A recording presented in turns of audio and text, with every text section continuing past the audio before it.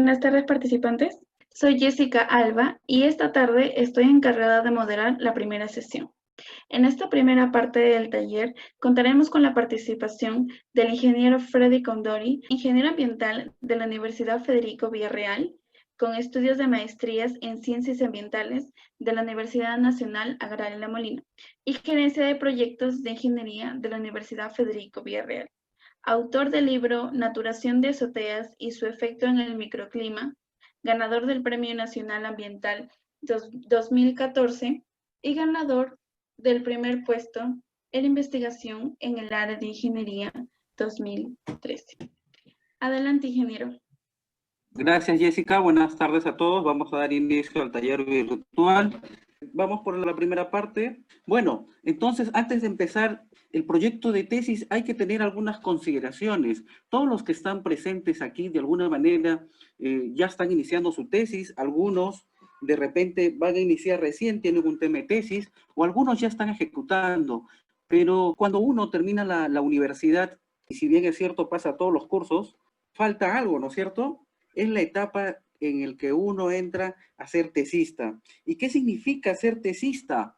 ¿Y cuánto tiempo tengo que ser tesista? Pues si he estado 5 años, de repente un poco más en la universidad, tienes que tener por lo menos un año a esta etapa de tesista, ¿no? Y dedicarle completamente como le has dedicado a la universidad. Entonces tienes que ser consciente de que existe una etapa de tesista y esta etapa de tesista la tienes que llevar con responsabilidad, ¿no es cierto? Y tienes que estar dispuesto a que esta etapa tenga que tener un tiempo más o menos aproximado de 6 meses a un año, ¿no? De estos compromisos, entonces, ¿cómo nos encontramos ustedes, que algunos que van a ser candidatos a tesistas, algunos que ya son tesistas y están desarrollando su investigación? Entonces la pregunta es, ¿cuántas horas a la semana le dedican a la investigación?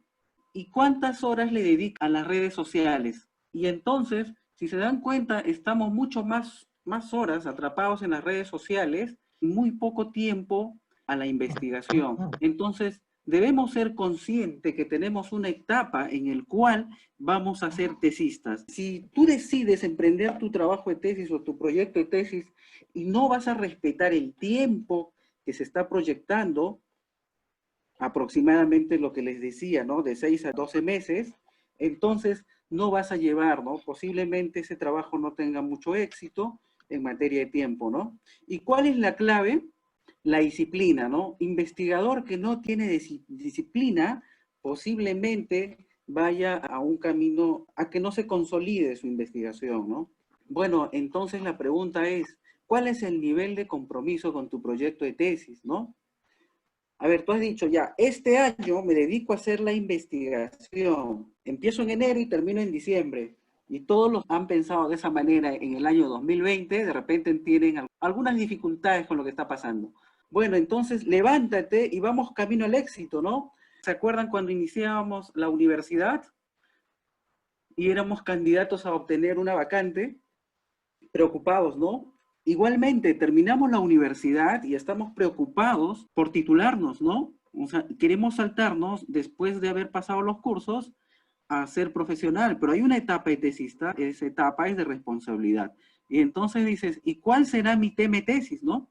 En alguna materia en específico en el cual vamos a desarrollar nuestro proyecto de tesis. Bueno, entonces dice, la investigación científica no necesariamente tiene que ser rentable, y esta parte es importante cuando uno va a desarrollar su tesis, ¿no? Porque dice, ¿y servirá lo que estoy investigando? Representa más una ganancia en el conocimiento, ¿no? Vamos a la elección del tema de investigación. De repente hemos desarrollado mucho más afinidad a un curso dentro de la universidad o dentro de una conferencia, hemos ido a algún tema que tenemos más manejo, que mejor dominamos, como dice ahí, ¿no? O detectando una problemática en el lugar donde estamos, ¿no? O viendo también una oportunidad. Pueden haber trabajos de laboratorio netamente, trabajos exclusivamente de campo o trabajos remotos, ¿no? En el área de ingeniería nosotros estamos más ligados a temas de diseño, a temas experimentales, a temas remotos y también a temas descriptivos, ¿no? Bueno, aquí tenemos investigaciones que se han hecho en base a paneles sonores convencionales, ¿no? Y se le ha dado un manejo, por ejemplo, aquí, para disminuir lo que es el mantenimiento y el cuidado, se han hecho paneles tipo abanicos y se retraen en la noche cuando no hay horas de sol, ¿no? Y eso evita los gastos de mantenimiento. ¿Qué quiero decirles aquí? Que si ya existe una información, una investigación, un proyecto, un prototipo, lo que podemos hacer nosotros es mejorar ese prototipo, ¿no? Y entonces incluso se puede proyectar, ¿no? ¿Cuánto de energía se puede ahorrar si las viviendas de nuestras manzanas funcionarían a paneles solares, ¿no? Y hacemos unos proyectos, unos cálculos, y así también tenemos la naturación de azoteas, los techos verdes, los jardines verticales, que tienen incidencia mucho en el microclima urbano, ¿no? Se imaginan la ciudad de Lima cubiertos, muros, sus paredes, de este tipo de vegetación, ¿no? Ya tenemos algunas partes representativas de naturación vertical en Lima, algunos los han visto en Miraflores, otro en el Parque La Muralla, y así en distintos lugares. También se puede hacer investigaciones en esta materia. En plantas de tratamiento de aguas residuales, también. Esta es la PETAR Taboada. Esta PETAR tiene un emisor submarino, ¿no? Que está más o menos 200 metros sumergido en el mar y el cual descarga y hace un tratamiento de 14 metros cúbicos. Tiene un colector que reúne los desagües de la zona norte y parte de la zona centro, ¿no? Esta es una de las tecnologías o de las plantas de tratamiento más grandes de Sudamérica, pero hay un problema con esta planta, y ahí se pueden postular varias tesis. Esta planta es de tipo 1, o sea, son tratamientos físicos, tiene varios tamices, pero no se hace el tratamiento químico, ni el tratamiento biológico, ni otros tratamientos para poder ser reutilizadas. Todas estas aguas se van al mar, y en el mar a 200 metros se hace dispersión con las corrientes marinas, ¿no? Y los que viven por la zona sur, tenemos los atrapanieblas, ¿no? Y los atrapanieblas también les han hecho mejoramientos tecnológicos, ¿no? Para captar aguas y poder hacer riego en los cultivos. Los vehículos eléctricos. Una de las medidas que se van a tomar después de la pandemia para nuestro país va a ser el ingreso de vehículos eléctricos, ya sea para temas de transporte público y privado, ¿no? Y entonces los vehículos convencionales a combustible fósil ya van a ir pasando a la historia. La energía aeromotriz, la energía eólica. Nosotros tenemos toda la costa peruana, muchas olas, tenemos vientos en el Ande, en la parte costa, en la parte selva, y podemos utilizar esa energía que se está desperdiciando para generar corriente eléctrica. Listo, entonces tenemos la agricultura vertical, que se está desarrollando bastante en Japón. Y esta va a ser otra de las medidas que nuestro país también va a adoptar. ¿Por qué razón? Porque ya quedan pocas áreas de cultivo en la costa peruana debido al tema de las viviendas, de las edificaciones urbanas, por lo mismo que está creciendo la población. Entonces necesitamos tecnologías para agricultura vertical. ¿Y cuánto se está desarrollando aquí ya en Lima? Muy poco. Y entramos aquí a los tiempos de COVID, que es nuestra actualidad. ¿Qué podemos hacer en estos tiempos? ¿Qué investigaciones podemos desarrollar en tiempos de COVID? ¿Se puede hacer? Y es verdad, sí se pueden hacer. Y es más, ya se han hecho. Y aquí tenemos, por ejemplo, medidas para prevenir el COVID. Han desarrollado la máscara de purificación de aires, Armor Face Guard. Esta es una mascarilla que han desarrollado en Europa, está a $350. Y esta parte de acá, en el cual, por el lado derecho, donde ven personas que están totalmente aisladas en unos vehículos personalizados, es una imagen de una revista italiana que ilustró en el 1962, ¿no? Que en el año 2022 las personas vivirían o se transportarían de esta manera, ¿no? Y mira cuántos años ha pasado y casi vamos a entrar a esta realidad. Esto también está publicado incluso en algunas redes. Listo, entonces tenemos el macro proceso de la tesis, en el cual tenemos la receta, la parte experimental que es cocinar y el resultado. ¿Y qué tiene que ver esto con la tesis, no? Bueno, cuando ustedes van a preparar un alimento, tienen una receta, ¿no es cierto? Bueno, algunos dirán, no, yo me la sé de memoria, voy al mercado y cocino. Pero cuando uno va a iniciar un aprendizaje o va a preparar un alimento nuevo, va a proyectarse a hacer un alimento encargado, entonces tiene que tener una receta. Este proyecto de investigación tiene que ser aprobado previamente, ¿no? ¿Por quién tiene que ser aprobado? Bueno, por un asesor, puede ser interno o externo, o alguien que te pueda dar soporte en el desarrollo o en la ejecución, ¿no? Generalmente en las universidades le designan un asesor y él es el responsable de aprobarlo. Entonces, ese proyecto de investigación, uno lo lleva a la ejecución y más o menos les va a salir así, ¿no? Claro, porque de repente no tenemos mucha experiencia y termina quemándose todos los ingredientes. Inicialmente es así, pero a manera que uno va avanzando y con la asesoría de un experto en la materia, esto puede ir mejorando, ¿no? Y una vez que ya es ejecutado, ¿qué es lo que sigue? El informe de tesis, ¿no? O el informe de investigación.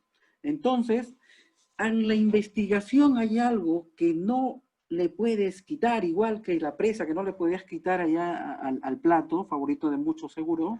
¿Qué es esa parte que no se debe quitar o que debe contener un informe de investigación? Entonces vamos a ir más adelante desarrollando. Entonces vamos y decimos, ¿qué es la tesis?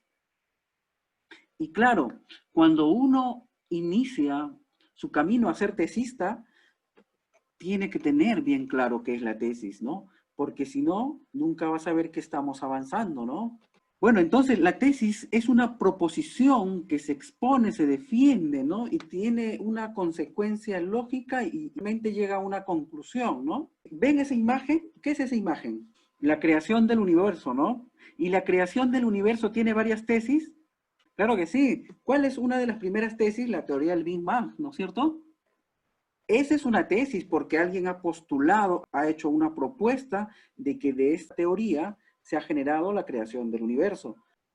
Entonces la tesis puede ser verdad o mentira, ¿no es cierto? Pero, o sea, podría ser verdad o mentira, lo que sí tiene que ser aceptada por la comunidad científica, por la comunidad universitaria, porque tú la vas a defender en base a tus teorías o tus bases teóricas, técnicas que tú tienes, ¿no?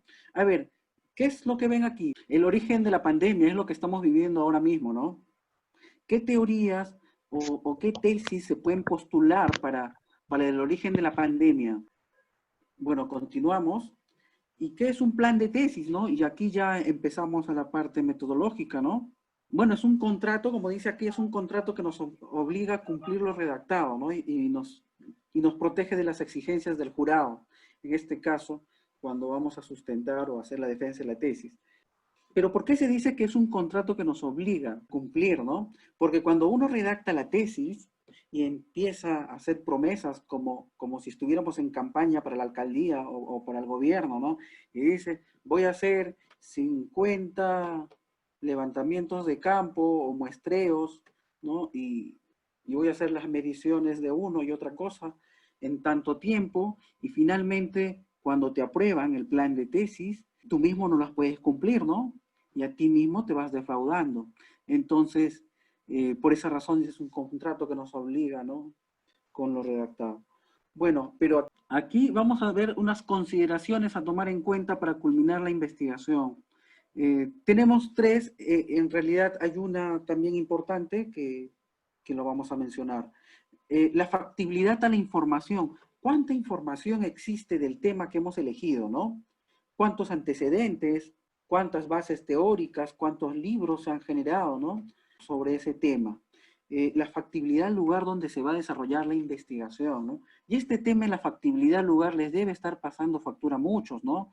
Porque han proyectado hacer sus levantamientos de información en campo, pero sin embargo estamos en cuarentena, no podemos salir como está diseñado la investigación, de repente hacer levantamiento en horarios nocturnos, diurnos o en la mañana, ¿no? Y no se sabe cuánto va a durar la cuarentena. Y de ahí la proyección del cronograma de actividades ya se desproporcionó, ¿no? Se desequilibró. Bueno, y lo otro importante es el acceso al instrumento. ¿Por qué razón? A ver, porque en ingeniería nosotros lo que hacemos son mediciones, ¿no es cierto?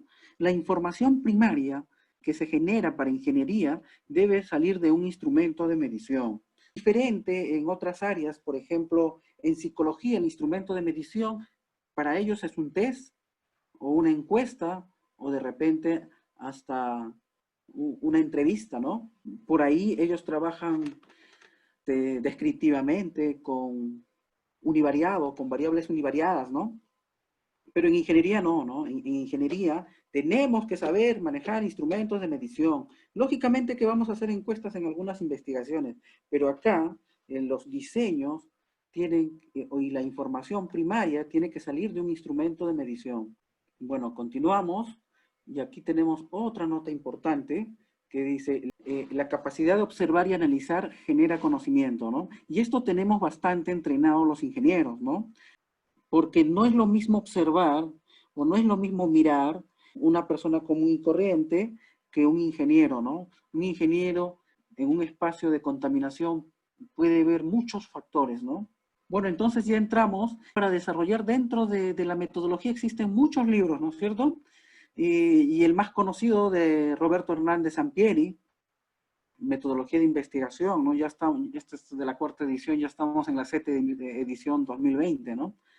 Salió publicado en noviembre del 2019, ¿no? La edición que se está utilizando ahora. Pero también existe estos libros para, por ejemplo, metodología de investigación educativa en ciencias de la administración, investigación social, y así en distintas áreas, ¿no? Pero de repente ustedes por ahí dentro de su desarrollo han encontrado una metodología de investigación para ingeniería, muy poco, ¿no? O casi nada de repente, ¿no? Ya se están empezando a desarrollar.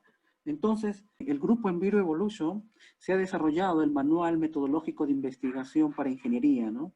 Este manual es práctico, se ha tratado de sintetizar las experiencias desarrolladas para que cualquier usuario tesista pueda también desarrollar con facilidad y poder aplicar la metodología, ¿no? La estructura de plan de tesis o proyecto de tesis, bueno, vamos a empezar con esta estructura desde los antecedentes, descripción del problema, objetivos, hipótesis, variables, indicadores, ¿no? En la parte del marco teórico, todo lo que considera lo que es bases teóricas, ¿no? Conceptual, histórico, legal, referencial, institucional, y hay marcos y otros, hasta marco filosófico existe de acuerdo a la investigación.